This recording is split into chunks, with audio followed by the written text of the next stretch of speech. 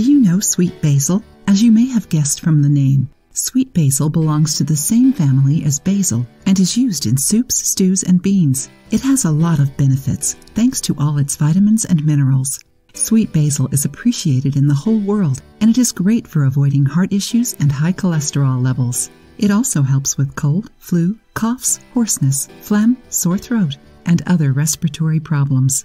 It supports weight loss, reduces bloating, fights poor digestion, congestion, flatulence, and stomach issues. Sweet basil can fight insomnia and anxiety, promotes brain health, and prevents neurological diseases. If these benefits weren't enough for you, it is also antibacterial and can fight infections. How incredible is that? Learn how to make sweet basil tea.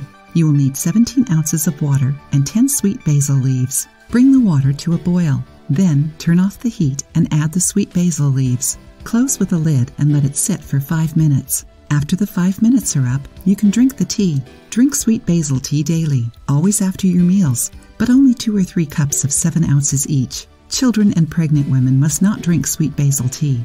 Other than that, there are no contraindications to it. Even so, if you notice any adverse effects, stop drinking the tea and seek medical help.